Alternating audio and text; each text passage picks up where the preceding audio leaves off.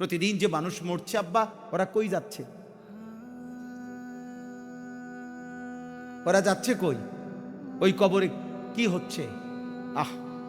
খোদার কসম, নবীজি বলছেন কোন কবরে নাফরমানকে যখন নেওয়া হয়, আমি নিজে এই হাদিস পড়াইছি, আল্লাহ নবী সাল্লাল্লাহু আলাইহি সাল্লাম বলে, কোন পাপীকে যখন কবরে নেওয়া হয়, কবরের ভিতরে না, কবরে নেওয়া হয় যখন, তার লাশ যখন কাঁধে নেওয়া হয়, এই কাঁধে অবস্থায় নাফরমান আর পাপী আপন স্বজনরা যখন তার লাশ কাঁধে নেয় খাটের মধ্যে, আল্লাহর কসম নবী বলে, সে এমন বিকট চিৎকার করে, ইয়া ওয়াইলাতা ইয়া লাইতাহা, হে আফসোস আমার স্বজন, আমার ইলা আইনা কদ্দামতুমুনি, আরে ফুত, তুই আমারে কই নিচ্ছিস? আমার সন্তান,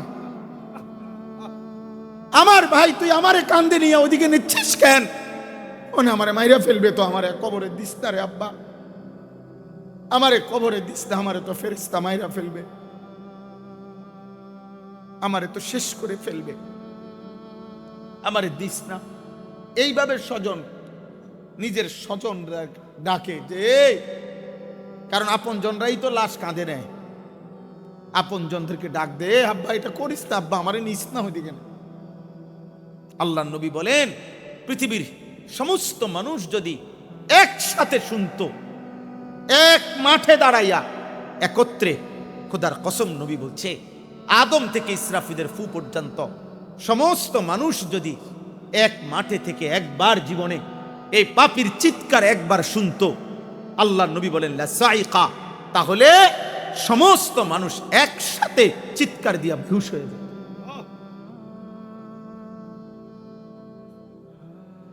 তোমরা মস্কারি মনে করছো, শেষ পর্যন্ত দিন শেষে মিলাইয়া দেখো, অর্জন তো কিছুই নাই। যত নারী দেখছো, কেউ তোমার আপন না। মোবাইলের নর্তকী তো তোমার না, নর্তকী তো তোমারে ধোকা দিছে আব্বা, নর্তকী তো তোমারে ধোকা দিছে। সিনেমার নর্তকী তো তোমার না, রাস্তার বেপর্দা মেয়েটা তো তোমার না, তোমার কিচ্ছু না। সে তো রূপ যৌবনের ফেরি করে। হ্যাঁ, অস্থির ছবি যারা দেখো বাবা, কি দেখছো? কাকে দেখো? তোমার ক্ষয় ছাড়া, তোমার ব্যয় ছাড়া আয়। মোবাইল গেল, এমবি গেল, চার্জ গেল, টাকা গেল, কোমরের ক্ষমতা গেল, হারাম বীর্যপাত হইল, লজ্জাস্থানের সক্ষমতা নষ্ট হইল, শেষ পর্যন্ত একদিন পঙ্গু, অচল ছাড়া, ধ্বজভঙ্গ ছাড়া আর কি। আমি খোলামেলা বললাম, কত শত যুবক, কয় শ, আমি চ্যালেঞ্জ করলাম, তুমি শুনবা, আমার কাছে আছে, আমার কাছে হোয়াটসঅ্যাপে জমা আছে, এমন শত শত বাংলাদেশের ছেলে, তাগরা জোয়ান ছেলে, পৃথিবী জানে এমন জোয়ান ছেলে, সুন্দর, কিন্তু নারী দেখতে দেখতে, অশ্লীল ছবি দেখতে দেখতে, যাদের পুরুষত্ব নাই, যৌবনের সক্ষমতা নাই, এই হাইওয়ান অশ্লীল আর উলঙ্গ ছবির পাল্লায় পড়ে ভিতরের জীবন শেষ। তার আখেরাত তো নাই, আখেরাত তো পরের খবর, এটা তো নাই কিছু, দুনিয়াও কিছু। যেই কোন মানুষ, চ্যালেঞ্জ করলাম বেটা, বাংলাদেশের প্রতিদিনকার পত্রিকা, বাংলাদেশের প্রতিদিনকার চ্যানেলের খবর তোমরা প্রত্যেকেই দেখো, কি পরিমাণ পরকীয়া বাংলাদেশে বেড়ে গেছে। এর কারণটা কি? কারণ এই স্বামী এই স্ত্রীতে তৃপ্ত না, এই স্ত্রী এই স্বামীতে তৃপ্ত না, আর কোনো কারণ নেই। কারণটা কি আব্বা? সব সব নারী দেখতে দেখতে, সব অস্থির ছবি দেখতে দেখতে, সব যৌন দৃশ্য দেখতে দেখতে টেম্পার সব শেষ। এই জন্য ওই মেয়েও, মহিলাও আরেক বেড়া খোঁজে, এই বেড়াও আরেক বেড়ি খোঁজে, কেউ কাউরি দিয়া তৃপ্তি হচ্ছে না। নাহলে এক এক দিনের বাংলাদেশের চারিদিকে দেখো, দেখো গিয়া খবর নাও, তোমরা খবর নাও, আর তোমার কাছে না থাকলে আমার জানাও, আমি জানা তোমার কাছে খবর পাঠাবো, আমি একসাথ করে দেব তোমার, এক সপ্তাহের রিপোর্ট, এক মাসের রিপোর্ট। পস্তাইতে হবে, আফসুস করতে হবে। বয়স্ক বাবারা, আপনাদেরকে বলছি, আপনারা যাদের ছেলে নামাজ পড়ে না, সারা দিন রাত মোবাইল টিভি দেখে, খোদার কসম আপনারা এর খেসারত দিয়া, এই লজ্জা এবং বেইজ্জতি হইয়া এরপরে আপনারা চলে যেতে হবে। কবরে যাবার আগেই দেখে যাবেন আপনার ফ্যামিলির মধ্যে আল্লাহ শূন্য, আখিরাত শূন্য, এই হতাশার দুর্ভাগ্য নিয়ে কপালে। তারপরে যাই, হিম্মত থাকলে আজ ভেঙ্গে ফেলেন। 14 বছরের ছেলের মোবাইল ভাঙ্গা ফেলেন, তার সাথে যুদ্ধ করেন। আমার ঘরে মুসলমানের বাচ্চা, তুই আমার সন্তান মুসলমানের বাচ্চা, যদি ঘুমাইতে হয় ফজরের নামাজ পড়তে হবে, নয়তো তোর মতো নাফরমান গলা ধাক্কা দিয়ে বাইর করে দেন বেটা। যা নাফরমান বেটা, বাইরে তুই বেটা, তুই আলাদা যা বেটা, তুই আলাদা কামাই। তোর মতো বেঈমান আমি খাওয়াইতে হবে কেন? তুই তো আল্লাহর দুশমন। নবীজি সাল্লাল্লাহু আলাইহি সাল্লাম বলছেন, কিছু মানুষের অন্তর থাকে উল্টানো কলসির মতো। এটা বিশুদ্ধ হাদিস। উল্টানো কলস এবং উল্টা কলসির উল্টা পাতে, উল্টা অংশে একে তো উল্টাইয়া রাখছে, আবার আলকাতরা দিয়া মাইখা দিছে, যাতে এক ফোঁটা পানিও, এই দেখেন এখানে এটা এই 1-2 ফোঁটা পানি আছে, এটা ওই যে একটু আগে পানি পড়লো যে, এটা হলো এই কাগজটা শোষা একটু নরম এই জন্য, কিন্তু এটা আলকাতরা মাখানো থাকলে এক ফোঁটা পানিও এটার মধ্যে জমে না, অনেক লাগেও না। তো আল্লাহ নবী সাল্লাল্লাহু আলাইহি ওয়াসাল্লাম বলেন, কিছু নাফরমানের দিল এমন, যেই দিলটা উল্টানো আলকাতরা মিশ্রিত কলসির মতো। লা ইয়ারিফু মারুফান ওয়ালা ইউনকিরু মুনকারান, এই শব্দটা বলছে নবীজি। ওই দিল এত নাফরমান, এত বদনসিব, কোনো নেক কাজই তার কাছে নেক কাজ মনে হয় না, কোনো গুনাই গুনাহ মনে হয় না। কি বলে কি কয় তার কোনো হিসাব নেই, কোনটা আদেশ কোনটা নিষেধ, এই যে একটা পার্থক্য আলাদা বুঝা, যে এটা আমার জন্য আল্লাহর হুকুম, এটা আমার জন্য আল্লাহ তাআলার নিষেধ, এই বুঝটুকু আর বুঝে না। সে চলতেছে, খাইতেছে, ঘুমাইতেছে, পেশাব পায়খানা করতেছে, লজ্জাস্থানের চাহিদা পূরণ হইতেছে। এবার এটা হালাল ভাবে না হারাম ভাবে, বৈধ না অবৈধ, এই পার্থক্যের কোনো দরকার নেই। যেমনে আসুক, টাকা হইলেই হইছে, কষ্ট করছি, পরিশ্রম করা টাকা, ঠিক আছে, এটাও নিল, সুদের টাকা এটাও নিল, কিস্তির টাকা এটাও নিল, মিছা কথা কইও কদ্দুর নিছে, ওজনে কম দিয়েও কতটুকু নিছে, সব মিলাইয়া 10 লাখ, সব মিলাইয়া 1 লাখ, সব মিলাইয়া ভালো মন্দ পেশাব পায়খানা মিল্লা, পাক নাফাক হালাল হারাম মিলে 10,000 টাকা। এই যে এই মানুষগুলো, এরা বদনসিব, দুর্ভাগা, যার কাছে সব একরকম, মাকেও দেখে, বোনকেও দেখে, স্ত্রীকেও দেখে, এদেরকে দেখা হালাল, আবার মোবাইলে টেলিভিশনের নর্তকীও দেখে, অশ্লীল ছবিও দেখে, উলঙ্গ নারীও দেখে, বেহায়া নারীও দেখে, এই দুইটাই তার কাছে বরাম। হালাল হারামের আলাদা কোনো পার্থক্য নাই, যখন যেটা সামনে পাইছে এটাই দেখছে, যাই পাইলাম তাই নিলাম, যাই পাইলাম তাই খাইলাম, যাই পাইলাম তাই ভোগ করলাম।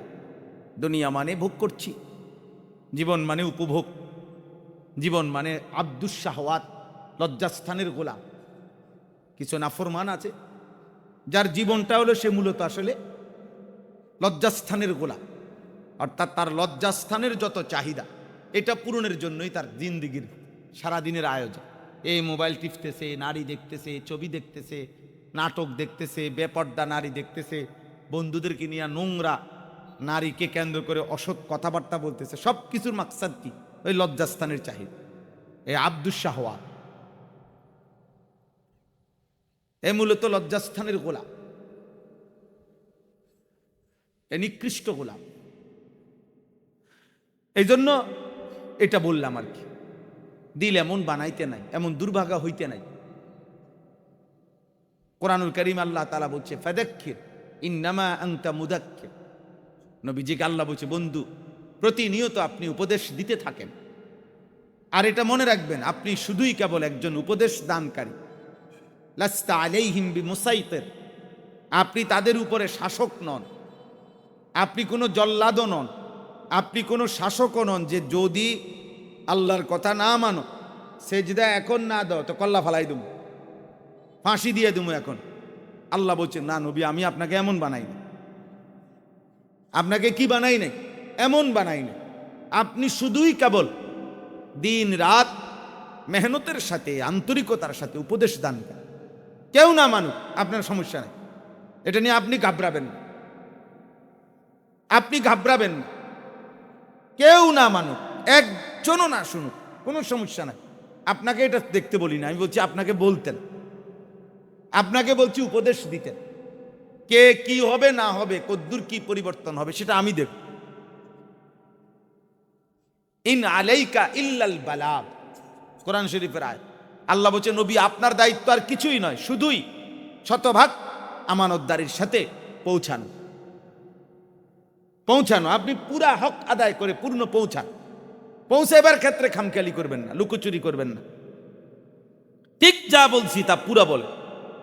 ইয়া আইয়ুহার রাসূল বাল্লিগ মা উনজিলা ইলাইকা মির রাব্বিক, হে আমার রাসূল, আপনার রবের পক্ষ থেকে যা কিছু নাজিল হয়েছে তা পূর্ণ, মা উনজিলা, যা কিছু নাজিল হয়েছে সব আপনি পৌঁছায় দেন।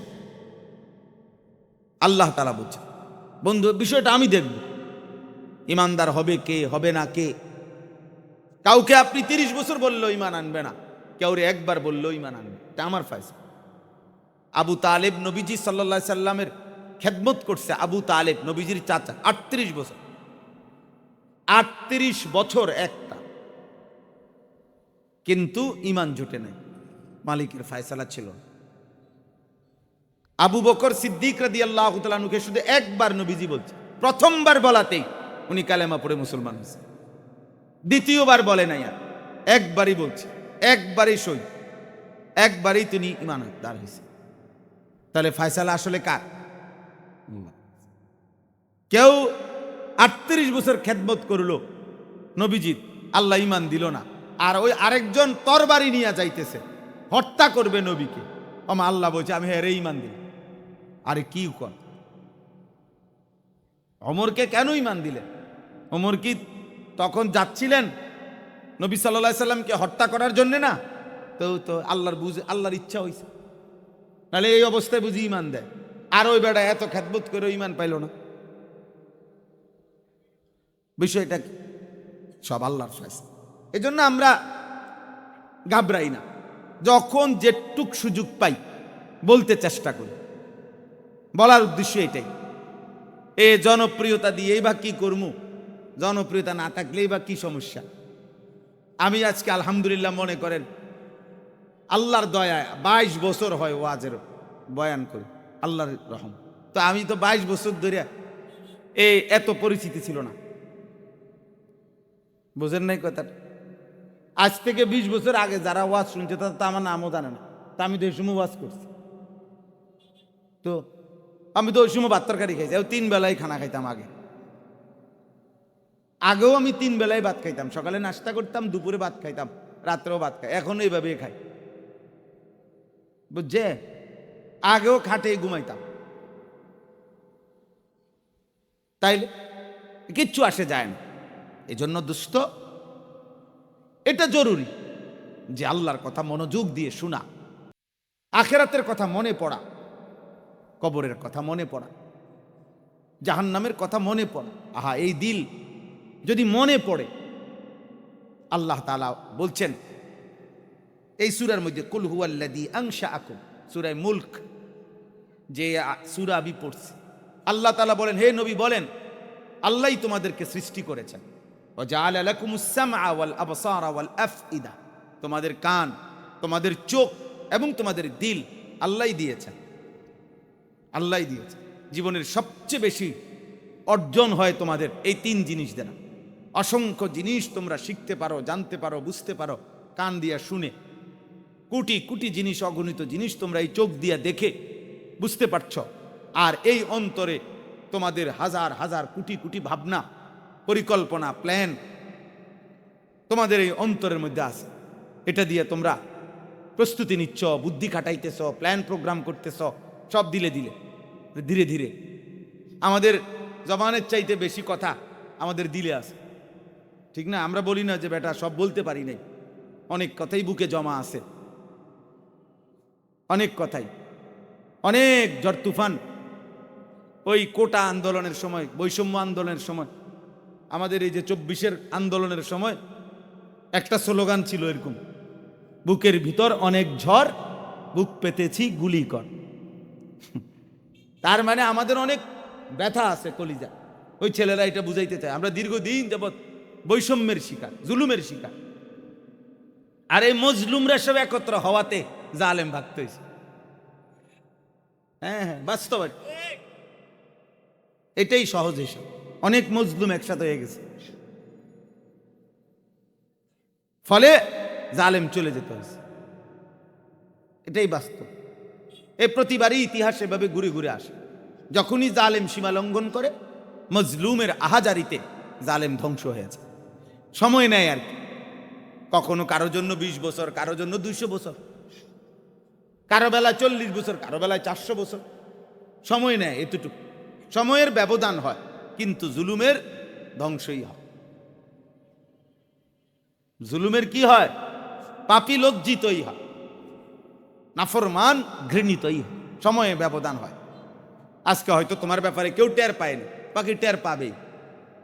তোমার অসভ্যতা, চরিত্রহীনতা টের পাবে। অফিকা ইউবুন ওয়ালিন্নাসি আয়ুন, আরবি ভাষার একটা প্রবাদ। আরবি ভাষায় বলে তোমারও দোষ আছে, মানুষেরও চোখ আছে।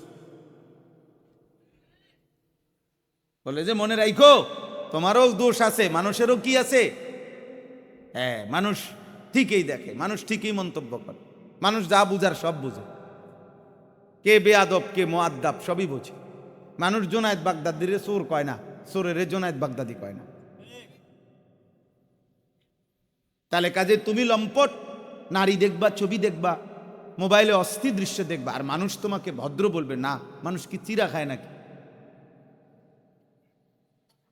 মানুষ কি 3 বেলা চিরা খায় নাকি? মানুষ বুঝবে না। অতএব এটা জরুরি ভাই, সবার কাছে বলি, জীবনটা সুন্দর করে।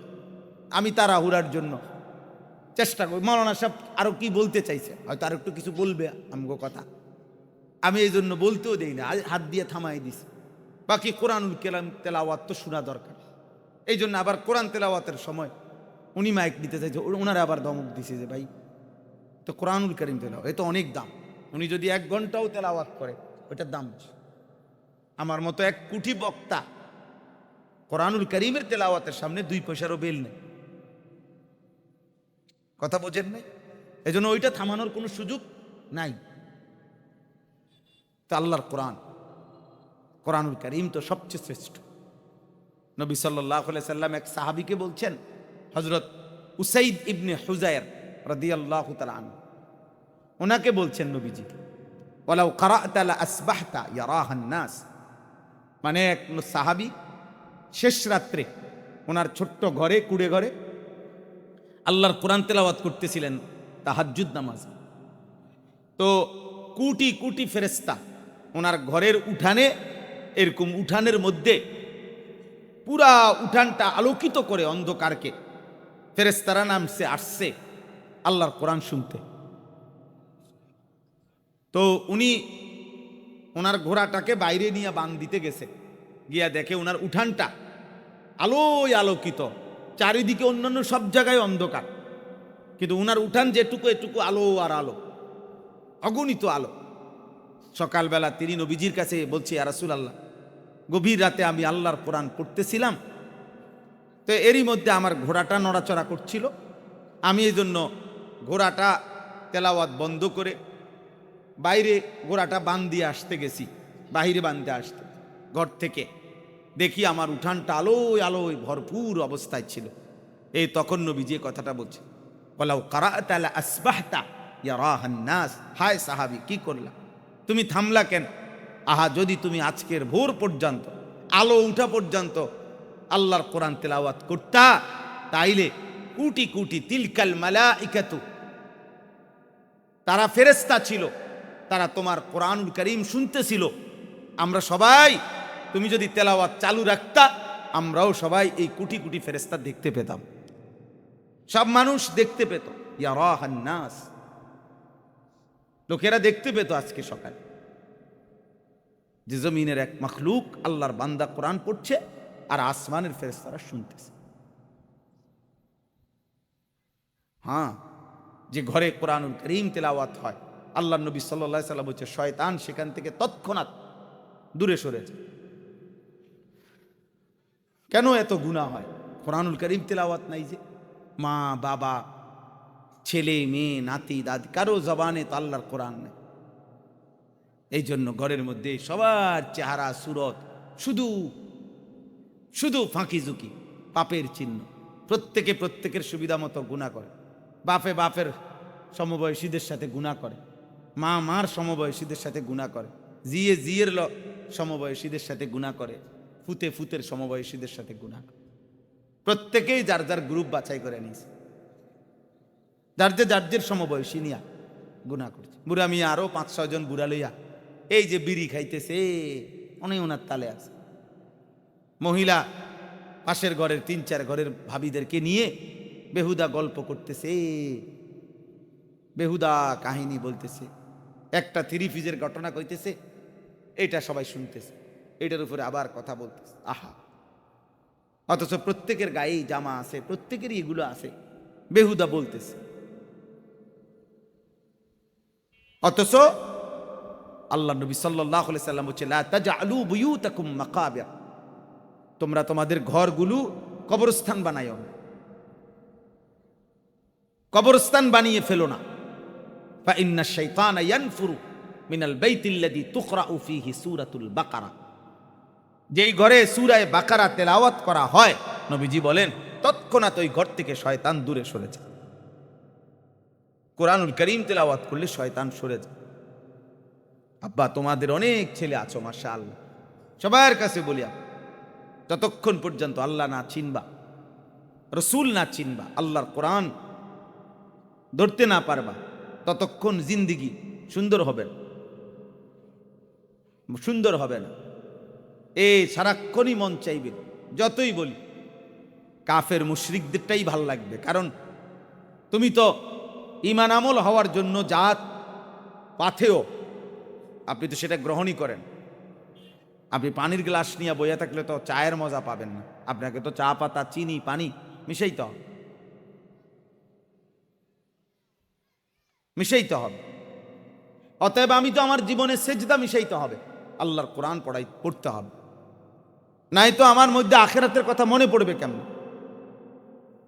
কবরের ভয় জাহান্নামের ভয় আসবে কিভাবে? যেভাবে আসে সেটা তো আমি গ্রহণই করলাম আমার জীবনে। মোবাইল টিপলে আল্লাহর কথা মনে পড়বে কেমন? বিড়ি সিগারেট খাইলে আল্লাহর কথা মনে পড়বে কেমন? কথায় কথায় গালিগালাজ করলে আল্লাহর কথা মনে পড়বে কেমন? সুদ কিস্তি হারামের উপরে থাকলে আল্লাহর কথা মনে পড়বে কিভাবে? আব্বা বলেন, জওয়ান ভাই বলেন, বুড়ো ভাই বলেন, পর্দার আড়ালের মা বোন বলেন, আখিরাতের কথা মনে পড়বে কিভাবে? আল্লাহ তো কোরআন এই জন্য বলছে সায়াযাক্কারু মান ইয়াখশা, যার কলিজায় আল্লাহর ভয় আছে, আপনি বললে, নবীজিকে বলছে আপনি বললে সে উপদেশ গ্রহণ করবে। ওয়া ইয়াতাজান্নাবুহাল আশকা, আর যে বদনসিব, যার দিলের মধ্যে আল্লাহ আখিরাত পরকাল বলতে কিছুই নাই, তো আল্লাহ তাআলা বলেন আপনি যতই বলেন সে দূরে সরবে, সে দূরে সরে যাবে। আরে যা বাদ দে বেটা, হুজুররা বাদ পায়নি বেটা। হ্যাঁ, হুজুরের মধ্যে তো বেটা দোষের শেষ নাই। এগুলা সব শয়তান শিখাই দিছে, এগুলা ইবলিসে কি করে দিছে বলে দিছে। আর হুজুরের মধ্যে তো 13 ফ্যাঁস, হুজুরের মধ্যে তো ঐক্যমত্য নাই, বিভিন্ন মুখী কথা বলে দিছে, বুঝলেন? আল্লাহর কোরআন মূল মানতে হইলে আল্লাহ তো কথা বলে নাই যে পৃথিবীর সমস্ত হুজুর একসাথে এক জায়গা দাঁড়াইয়া আপনারে বললে তোই মানবেন, এটা আল্লাহ বলছেন তো তাইলে।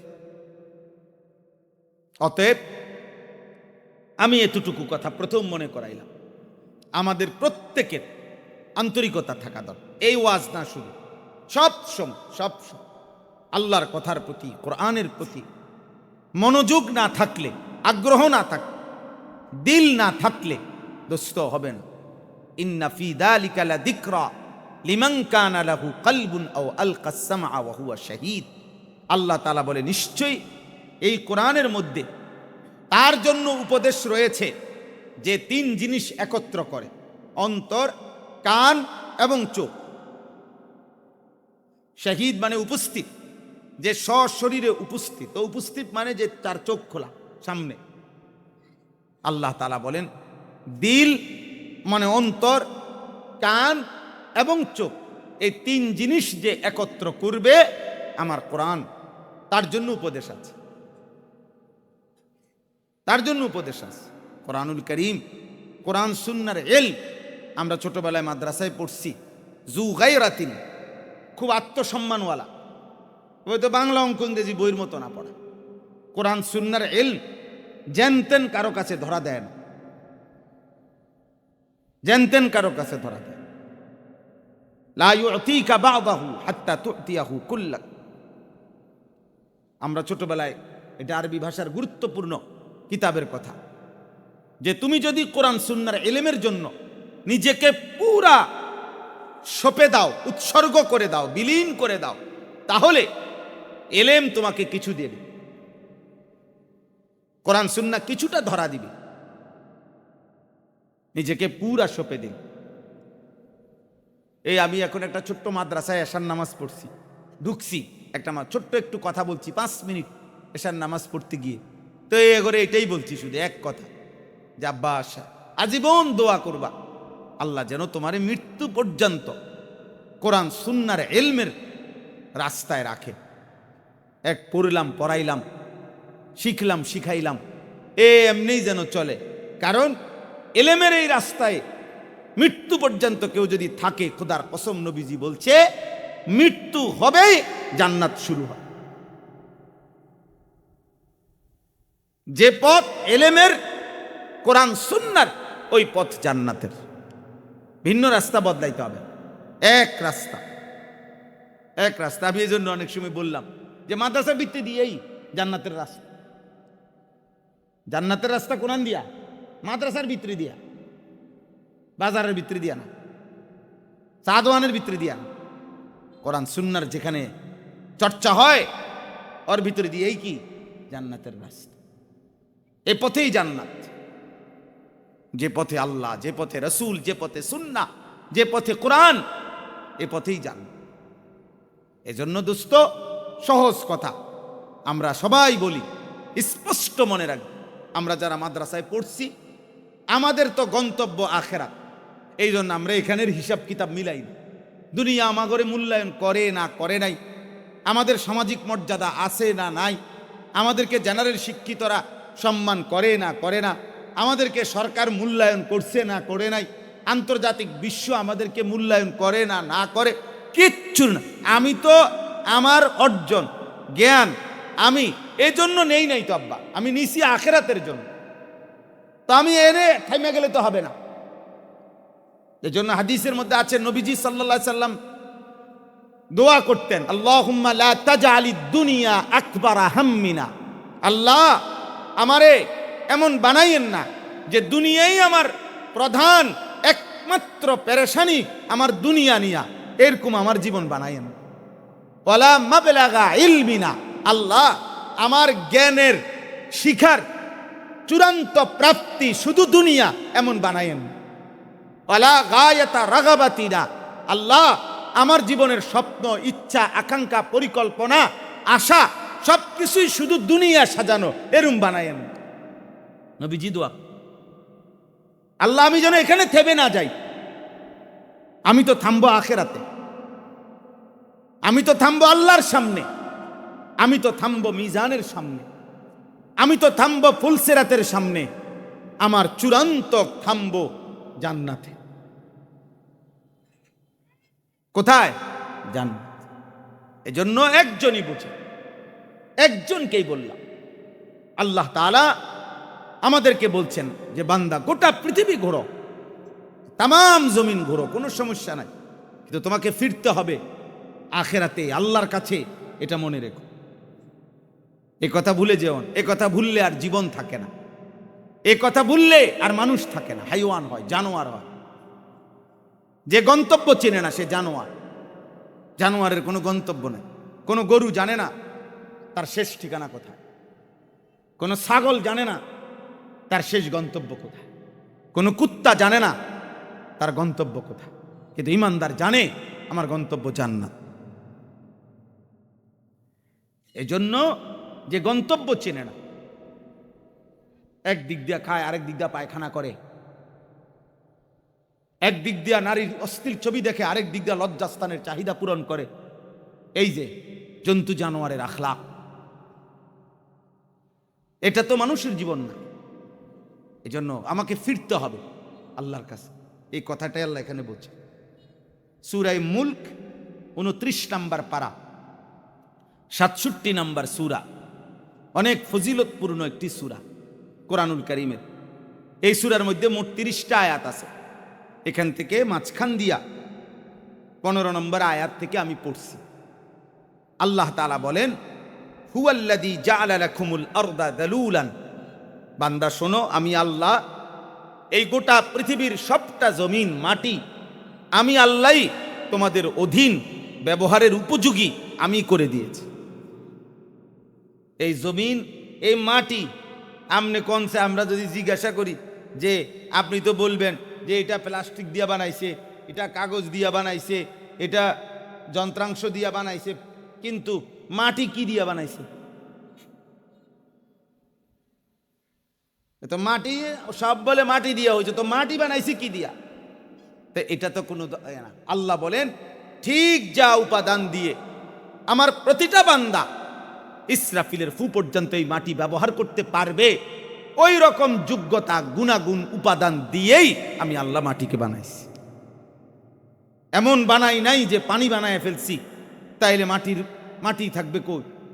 এমন নরম বানাই নাই যে পাও যদি বারবার ফোমের মতো ডাইব্বা যায় তাইলে আমার বান্দার ভারসাম্য থাকবে কিভাবে। আবার এমন শক্ত পাথরের মতো বানাই নাই তাহলে আমার বান্দার জন্য ফল, ফসল, খাদ্য জমিন থেকে উৎপন্ন হবে কিভাবে। আমার বান্দার ঘর দুয়ারের খুঁটি মাটির নিচে কিভাবে পুঁতবে, গাড়বে কিভাবে।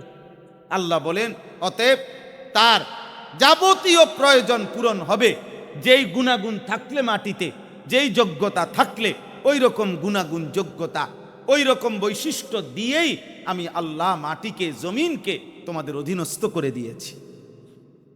যালুলান ফামশু ফি মানাকিবিহা। আমার বান্দা, এই যে আমি কিন্তু শেষ করে ফেলুম এখনই ওয়াজ, কাজে যারা শুনতেছেন মনোযোগ দিয়ে শুনে।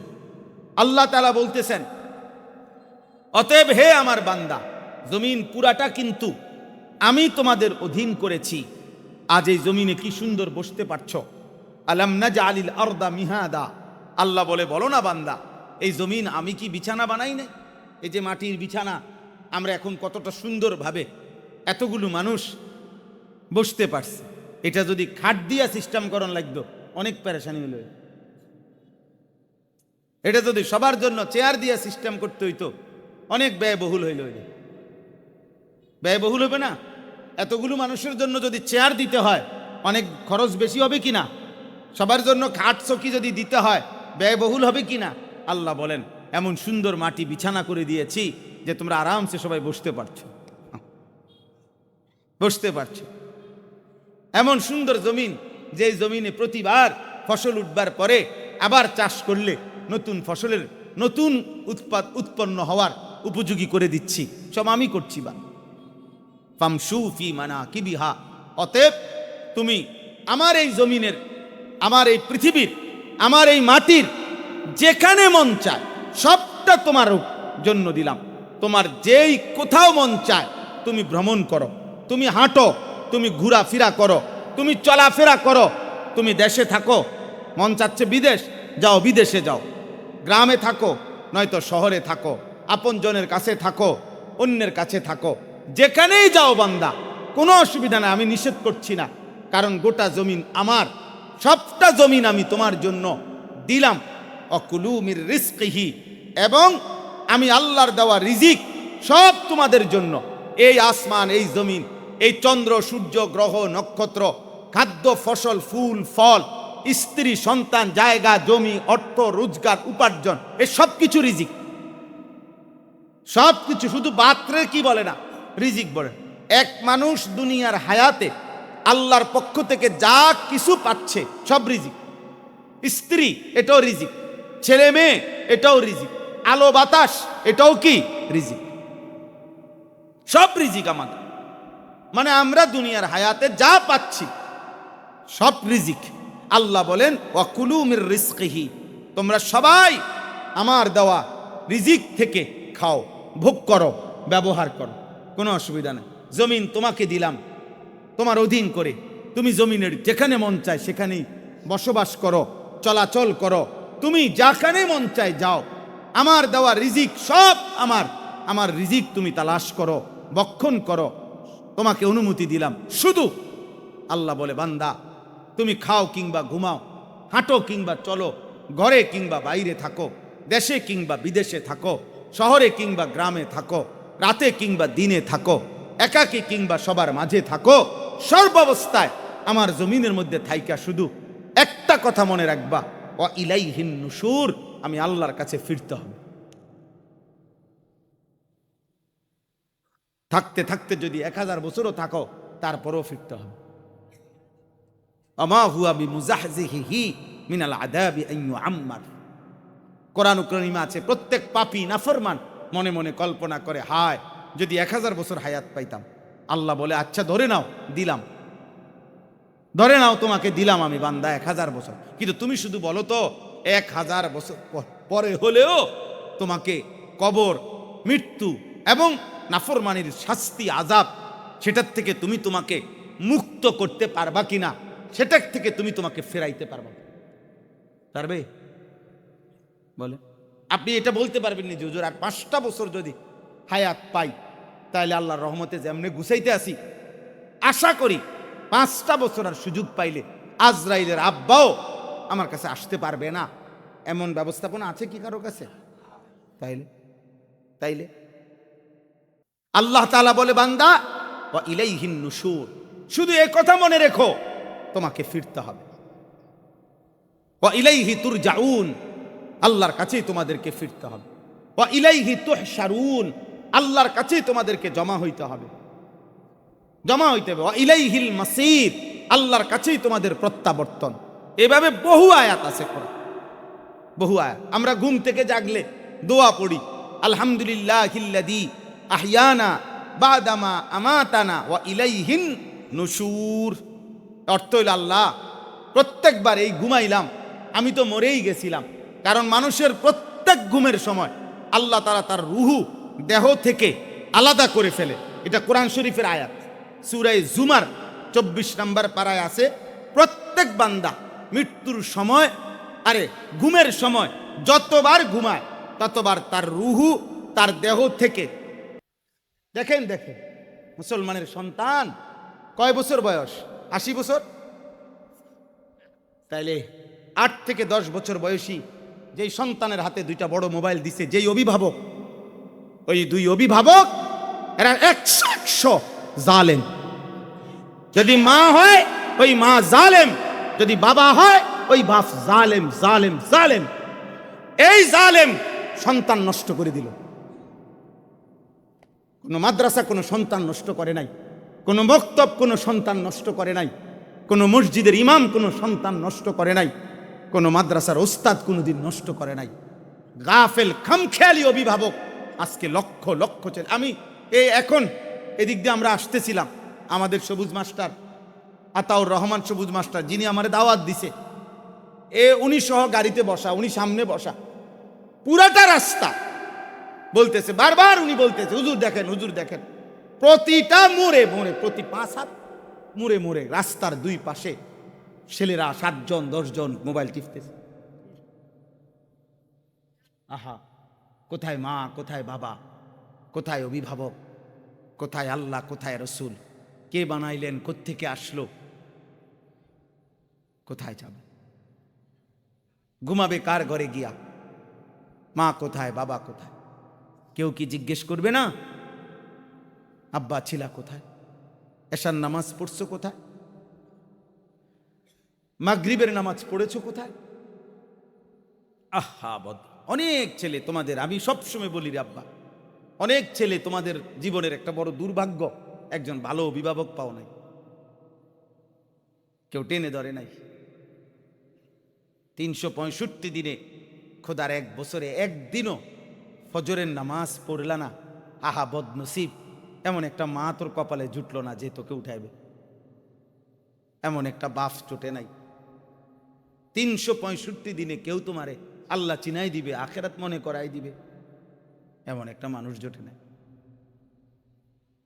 আহারে দুর্ভাগারে, ভাত খায়, ঘুম যায়, পেশাব করে, পায়খানা করে, মোবাইল দেখে, নারী দেখে, ছবি দেখে, মানে লজ্জাস্থানের চাহিদা পূরণ করে, খালাস। 4 জিনিসের নাম জীবন। অসংখ্য জেলে পেলে আজকে মানুষ বুঝে নিছে যে জীবন মানে 4টা জিনিস: খানা, পেশাব পায়খানা, ঘুম, লজ্জাস্থানের চাহিদা পূরণ। আর হুবহু এই 4টি চাহিদা, এই 4টি বিষয় কুত্তারও পূরণ। প্রতিদিন কুত্তাও খায়, ঘুমায়, পেশাব পায়খানা করে, কুত্তারও লজ্জাস্থানের চাহিদা পূরণ হয়, যার কারণে কুকুরেরও বাচ্চা হয়। জীবন মানে যাদের কাছে এই 4টা জিনিস, একবেলা রোজ, অনেকের কাছে জীবন হলো 2 জিনিস: একবেলা রোজগার, একবেলা উপভোগ। 8 ঘন্টা ডিউটি করে, বাকি সময় ভোগ করে। এ খায় কতক্ষণ, ঘুম যায় কতক্ষণ, টেলিভিশন দেখে কতক্ষণ, গপ মারে কতক্ষণ, মানে বাকি টাইম ভোগ করে জীবন। এই সমান সমান প্রতিদিনেরটা ডেলি জমা খরচ শেষ। আখেরাত ডেলির আয় তো ডেলি শেষে, বুঝেন নাই কথাটা? মাসের আয় তো মাসে শেষ, প্রতিদিনকার আয় তো প্রতিদিনই শেষ। এরপরে আখেরাত। প্রতিদিন যে মানুষ মরছে আব্বা, ওরা কই যাচ্ছে?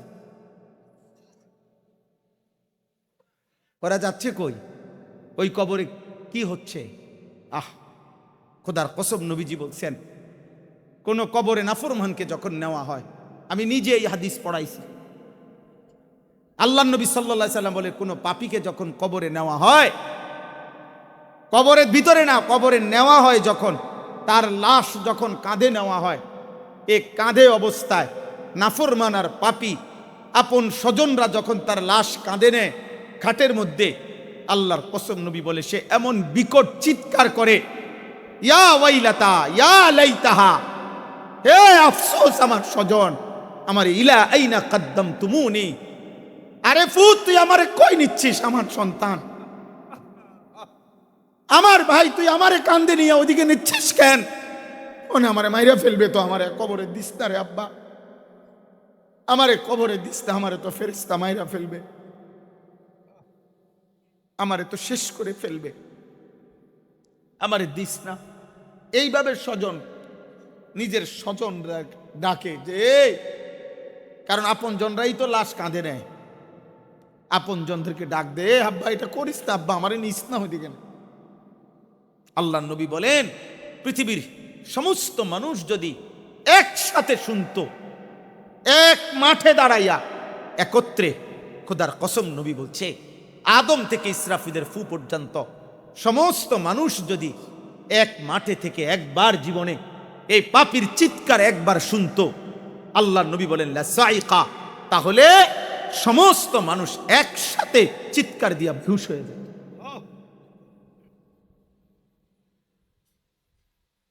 তোমরা মস্কারি মনে করছো, শেষ পর্যন্ত দিন শেষে মিলাইয়া দেখো, অর্জন তো কিছুই নাই। যত নারী দেখছো, কেউ তোমার আপন না। মোবাইলের নর্তকী তো তোমার না, নর্তকী তো তোমারে ধোকা দিছে আব্বা, নর্তকী তো তোমারে ধোকা দিছে। সিনেমার নর্তকী তো তোমার না, রাস্তার বেপর্দা মেয়েটা তো তোমার না, তোমার কিচ্ছু না। সে তো রূপ যৌবনের ফেরি করে। হ্যাঁ, অস্থির ছবি যারা দেখো বাবা, কি দেখছো? কাকে দেখো? তোমার ক্ষয় ছাড়া, তোমার ব্যয় ছাড়া আয় কি? মোবাইল গেল, এমবি গেল, চার্জ গেল, টাকা গেল, কোমরের ক্ষমতা গেল, হারাম বীর্যপাত হইল, লজ্জাস্থানের সক্ষমতা নষ্ট হইল, শেষ পর্যন্ত একদিন পঙ্গু,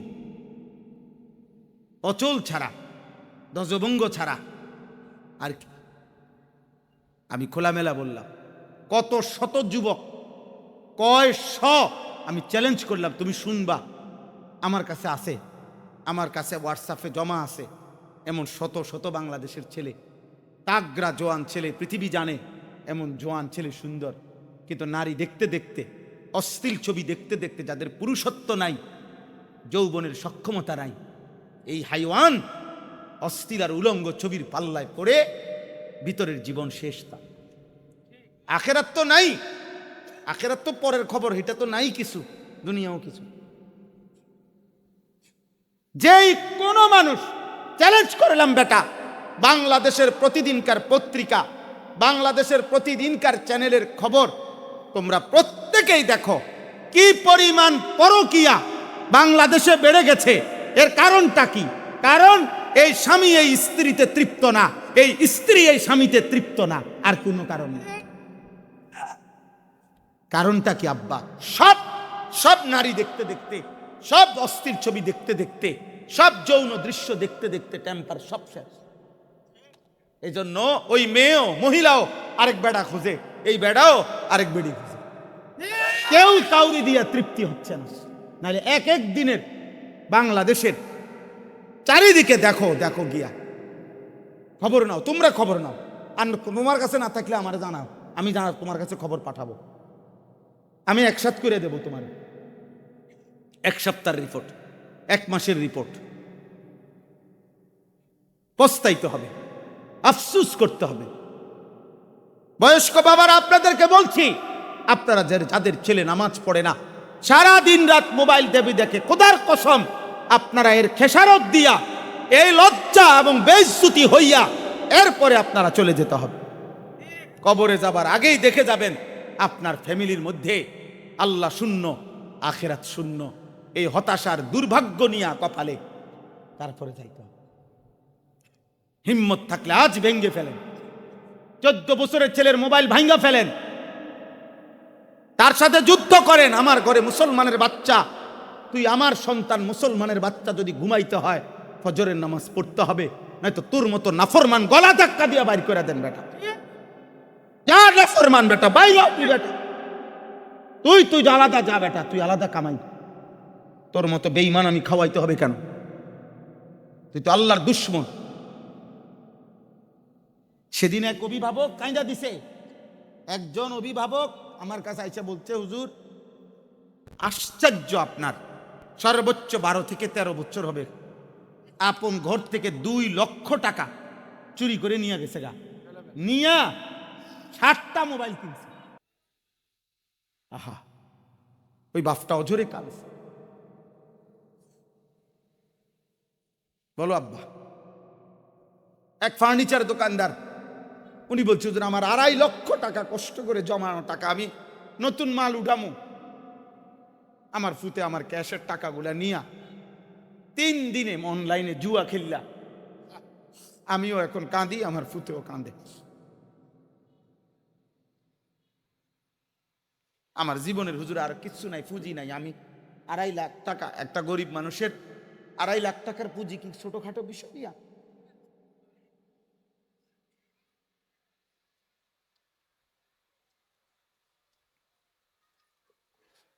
হ্যাঁ, এই জন্য আব্বা একদিন অভাবে পড়বেন আমরা। বারবার অভাব মনে করাই দিছে, আল্লাহ আবার দয়া করছে, আবার দয়া করে, আবার দয়া করে, আবার ছাড় দেয়, আবার ছাড় দেয়, আবার ছাড় দেয়, আবার ছাড় দেয়। শুধু একটা মাত্র বিষয়, তেল একটু ঘাটতি, জনজীবনের কি অবস্থা, মানুষের উপার্জনের কি অবস্থা বলেন?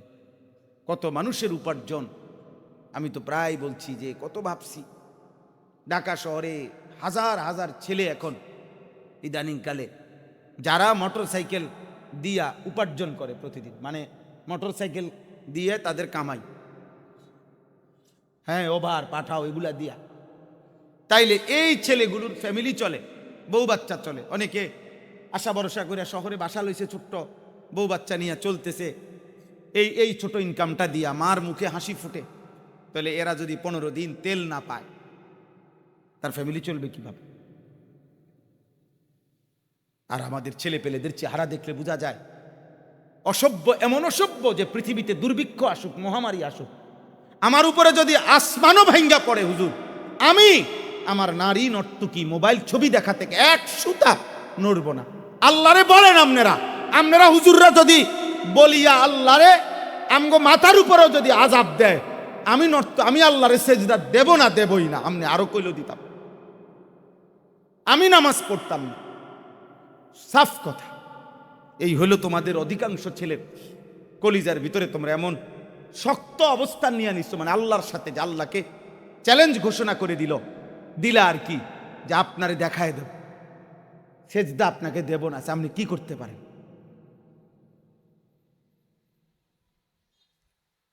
ঠিক আছে আব্বা, চলো, কোনো সমস্যা নাই, কেউ কারোর জন্য থামবে না। এই পৃথিবীতে এর চাইতে বড় বড় পাপীরা ধ্বংস হয়েছে না? এই দেখেন, আল্লাহ তাআলা বলেন, আমিনতুম মান ফিস সামাই আন ইয়াখসিফা বিকুমুল আরদা ফাইদা হিয়া তামুর। আল্লাহ তাআলা বলেন, বান্দা, ওই আসমানের মাওলা রব আল্লাহ, তার থেকে তোমরা কিভাবে এতটা, হে পাপীরা, এতটা নিরাপদ কেমনে হয়ে গেলা? তোমরা কি জানো না ওই আল্লাহ চাইলে জীবন্ত মাটির নিচে দাফন করে দিতে পারে? এই যে তখন তো তোমাদের মতো নাফরমানকে মাটির নিচে নিয়া মাটি কাঁপতে থাকবে। এই পৃথিবীতে কোনো পাপীকে আল্লাহ তাআলা মাটির নিচে দাফন করছেন? জীবন্ত করছেন না? হ্যাঁ, দুইজন, একটা ব্যক্তিকে, একটি জাতিকে। কারুনকে আল্লাহ তাআলা জীবন্ত মাটির নিচে দাফন করে দিছে। 2 নাম্বার হলো কওমে লূতকে, লূত আলাইহিস সালামের জাতি ঘুমন্ত ছিল, নাফরমান জাতিকে আল্লাহ তাআলা জীবন্ত জমিনের নিচের মাটি উপরে উঠাইয়া উপরের মাটি নিচে দিয়া সমান করে দিছে। আম আমিনতুম মান ফিস সামাই আন ইউরসিলা আলাইকুম হাসিবা। এবার আল্লাহ তৃতীয় আয়াতে বলে, আমার বান্দারা, হে নাফরমান পাপী, হে মদখোর, নেশাখোর, গাঁজাখোর, সুদখোর, কিস্তিখোর, হারামখোর, বেহায়া, বেপর্দা নারী, সেজদা নাই, নামাজ নাই, হায় নাফরমান, ওই আসমানের আল্লাহ থেকে কেমনে নিরাপদ হয়ে গেলা? যিনি চাইলে, তুমি কি জানো না যে আসমান থেকে, উপর থেকে যিনি পাথরের বৃষ্টি বর্ষণ করে ধ্বংস করে দিতে পারে? তুমি কি জানো না সেটা? এরকম কাউকে করছে? কেউকে করে নাই? আব্রাহার পুরা বাহিনীকে আল্লাহ তাআলা পাথর দিয়ে ধ্বংস করে নাই? ওই পাখি কি ফেলাইছে? ও আরসালা আলাইহিম তায়রান আবাবিল তারমিহিম বিহিজারাতিম মিন সিজ্জিল। কোনদিন যদি আল্লাহর কোরআন তরজমা পড়তা তাই না বুঝতে আব্বা। আল্লাহ তাআলা তো বলছে প্রত্যেকটা সৈন্যর আল্লাহর ঘর ভাঙতে আসছে বেঈমান হাতির বাহিনী নিয়ে। পাখিগুলো আল্লাহর কুদরতে প্রত্যেকে পাথর ফেলছে, ছোট্ট ছোট্ট পাথরের কণা। আল্লাহ তাআলা বলেন, কোন গরু ঘাস খড়কুটা খাইয়া চাবাইতে চাবাইতে চাবাইতে চাবাইতে চাবাইতে যখন আর ভুসি বানাইয়া ফালাইয়া দেয়, ভুসি বানাইয়া একবারে জুরা জারা বানাইয়া, আল্লাহ বলেন এই বেঈমানগুলো এই ছোট্ট পাথরের আঘাতে মাথার চুল মাথার উপর থেকে এরকম ধ্বংস হইতে হইতে একদম ভুসির মতো, ভুসি গরুর খাওয়াইন না, ভুসির মতো হয়ে গেছে। ফাজআলাহুম কাআসফিম মাকুল, ভুসির মতো। আর হলো ওই কওমে লূত, এই যাদেরকে আল্লাহ প্রথমত মাটি উল্টাইয়া দিছে, দ্বিতীয়ত তাদের উপরে পাথরের বৃষ্টি বর্ষণ করে ধ্বংস করে দিছে। আল্লাহ তাআলা বলেন, ফাসাতা'লামুনা কাইফা নাযীর, তখনই তোমরা জানতে পারবে যদি আমি আযাব দিয়ে থাকি, তখনই বুঝবা তোমরা আমি আল্লাহ তাআলার ভয় প্রদর্শনটা কেমন ছিল। আমি তো শুধরাইতে চাইছিলাম, আমি তো ভয় প্রদর্শন করেছিলাম বান্দা, কিন্তু তুমি পাত্তা দাও নাই। আর যদি সত্যি সত্যি আযাব আর মুসিবত এসেই পড়ে, সেদিন তুমি টের পাবা আমি আল্লাহ তাআলার পক্ষ থেকে ভয় প্রদর্শনের কথাটা শোনা কতটা গুরুত্বপূর্ণ ছিল। সর্বশেষ কথা হলো, ওয়ালাকাদ কাযযাবাল্লাযীনা মিন ক্বাবলিহিম ফাকাইফা কানা নাকির। আল্লাহ তাআলা বলেন, হে পৃথিবীবাসী, তোমরা যে যেখানে পাপ করছো, আমি কিংবা আপনি, যুবক ভাই তোমরা কিংবা বয়স্করা, পর্দার আড়ালের মা কিংবা বোন, আল্লাহ আমাদের সবাইকে বলছে, তোমরা যে যেখানে পাপ গুনাহ করছো, নাফরমানি করছো, তোমাদের কাছে আমি আল্লাহ বলতে চাচ্ছি, বান্দা, ইতিপূর্বে যারা আমি আল্লাহ তাআলার একটা একটা কথাকে মিথ্যা মনে করেছে, আমার নাফরমানি করেছে, তোমরা প্রত্যেকে ইতিহাসের পাতা থেকে খবর নাও তাদের পরিণতি কি হয়েছে। ফাকাইফা কানা নাকির, আমার বিরুদ্ধাচরণ করার দ্বারা ফেরাউনের কি হয়েছিল, নমরুদের কি হয়েছে, সাদ্দাদের কি হয়েছে, কারুনের কি হয়েছে, নূহ আলাইহিস সালামের কওম কেন ধ্বংস হয়েছে, হুদ আলাইহিস সালামের কওম, শুআইব আলাইহিস সালামের কওম, সালেহ আলাইহিস সালামের কওম। আল্লাহ বলেন, এভাবে একবার দুইবার না তো বান্দা, এই পৃথিবীতে তো আমি বারবার দেখাইছি পাপীর পরিণতি কি হয়েছে। এতগুলো ঘটনা, এত ইতিহাস, এত তথ্য, এত রেফারেন্স, এতবার ঘটনার পুনরাবৃত্তি করার পরেও তুমি একবারও ভাবলা না, তুমি পাত্তাই দিলা না কথাটা। আল্লাহ আমাদেরকে বুঝ দান করেন। অতএব আজকে সমস্ত কিশোর যুবক ছেলে বাবা সবার কাছে আমার অনুরোধ, প্রিয় ভাই, পৃথিবীর অবস্থা দেখবা, একবার লাগে একবার ছুটে, যুদ্ধ একবার বাঁধে আবার ছুটে, কিন্তু এই সব কিছু এটাই ভবিষ্যৎবাণী করে যে অচিরেই সারা পৃথিবীব্যাপী তীব্র ক্ষুধা, দারিদ্র, অভাব এবং সারা বিশ্ব এই যুদ্ধের প্রভাবে প্রভাবিত হবে। এভাবেই প্রত্যেকে নিয়ম হলো, রাসূলুল্লাহ সাল্লাল্লাহু আলাইহি সাল্লাম হাদিস স্পষ্ট বলছে, ফিতনার জামানায় যে ফিতনার দিকে উকি দিবে, নবীজি বলছে মানে উকি দিয়ে কি তো হইছে রে চাই, আল্লাহ রসুল বলছে ভেবে উকি দিলেও ফিতনাই ওই ব্যক্তিকে টেনে ফিতনার মধ্যে জড়ায় দেবে। উনি গেছিল এমনি কি তো হয়েছে, হ্যাঁ বেটা তুই কি তো হয়েছে কিতা পারেন তোর কি, আর কি তো আপনি সেতেন কা, আমি আপনার কইলাম কত কথাটা না জিগাইলাম কি তো হয়েছে, আপনি এই লাগিয়া গেল আর মানে এরও ঢুকাই দিবার, বুঝলেন না কথাটা। এবারে উনি গেছে, হ্যাঁ এবারে উনি গেছে, আও কিছে, এবারে উনার মানে উকি দিছে, উনি শুধু ঘটনাটা শুনতে চাইছে, উনারও কি করে দিছে এটা লগে লাগাই দিছে। আল্লাহ রসুল এটা বলছে, ফিতনার জামানায় কেউ যদি ফিতনার দিকে উকিও দেয় তো ফিতনা তাকে টেনে কি করে লাইব, ভিতরে ঢুকায় ফেলছে। এজন্য আমরা সবার কাছে অনুরোধ করছি, দয়া করে আমরা প্রত্যেকেই ইনশাআল্লাহ আল্লাহর দিকে ফিরবো ইনশাআল্লাহ। নওজোয়ান ভাই, মহব্বত করে তোমরা আসছো, এতগুলো কিশোর যুবক ছেলে, তোমাদের এই ভালোবাসার কোনো বিনিময় আমার কাছে দেওয়ার মতো নাই। আল্লাহর জন্যই আসছো ভাই, আল্লাহর জন্যই এসেছ। আল্লাহ তোমার ঘরে ভালো বানান। তোমরা 5 ওয়াক্ত নামাজ পড়ো, ফজরের নামাজ পড়ো, নারী দেখো না আব্বা, অশ্লীল ছবি দেখো না, উলঙ্গ নাচ গান দেখো না, মোবাইলের এই নারী, লজ্জা থাকা উচিত। তুমি তোমার চাইতে বেশি বয়সী নারী কেমনে দেখো, যেই নর্তকী নাচে গায়, 14 বছর বয়সী একটা ছেলে, তুমি 24 বছর বয়সী একটা নারী দেখো, এমন একটা বয়সী নারী যদি তোমার ঘরে আসে, তুমি এটা নিয়ে সামলাবা কেমনে? হ্যাঁ, বিবাহিত স্ত্রী যদি পরে শোনো তোমার এই বদ আমলের কারণে তোমার স্ত্রী যদি চরিত্রহীন হয়, তখন কি হবে আব্বা? কোরআনুল কারীমের মধ্যে আল্লাহ বলছে, আল খাবিসাতু লিল খাবিসিন, প্রত্যেক খবিশ নারী মানে চরিত্রহীন নারীর জন্য পুরুষ স্বামী চরিত্রহীনই মিলে, আবার চরিত্রহীন পুরুষের জন্য স্ত্রী চরিত্রহীনই মিলে। আল খাবিসুনা লিল খাবিসাত, এটা তো আল্লাহর ফায়সালা, লিখিত সিদ্ধান্ত, কোরআন শরীফের আয়াতে। আল্লাহ আমাদেরকে হেফাজত করেন। অতএব আমরা প্রত্যেকে ইনশাআল্লাহ নিজেদের আমল আখলাক হেফাজত করে গুনাহ থেকে বাঁচার চেষ্টা করব। বাবা চাচারা হারাম রোজগার থেকে বাঁচেন, মা বোনরা পর্দা পশিদা করেন। আলহামদুলিল্লাহ, ছেলেদের এই উদ্যোগ রিয়াজুল জান্নাত যুব ফাউন্ডেশন, আল্লাহ তাআলা প্রত্যেককে, যাদের ফিকির, যাদের চেষ্টা, যাদের আন্তরিকতায় এই মাহফিল হয়েছে স্বল্প পরিসরে, অল্প সময়ের ব্যবধানে, আলহামদুলিল্লাহ আল্লাহ তাদেরকে উত্তম বিনিময় দান করেন। আমরাও দোয়া করি, এই যারা আপাতত এখানে একসাথে, এই যুব ফাউন্ডেশন যাদের একসাথে হইছো ভাই, তোমরা হাত তোলো, চাই আসেনি এখানে? মাশাআল্লাহ, মাশাআল্লাহ, আল্লাহ খুব কবুল করেন। আলহামদুলিল্লাহ। বাকি আরো এই এলাকার আশপাশে খুব কাছাকাছি সীমানার ভিতরে যে হুজুর আমরাও ইনশাআল্লাহ এই যুব ফাউন্ডেশনের ভালো উদ্যোগ নেক কাজে আমরাও সঙ্গী হব, এই নিয়তে হাত উঠান তো। না না সবাই না, সবাই উঠালে হইতো না। নওজোয়ান ছেলে, নওজোয়ান 30 বছরের নিচে ছেলে তোমরা উঠাও। মাশা মাশা, হাত ধরে রাখো, ধরে রাখো। সবার কাছে অনুরোধ, জোর জবরদস্তি না, আমি শুধু অনুরোধ করলাম, আজকে পারো, ভবিষ্যতে পারো, যদি পারো, যার ভাল লাগে।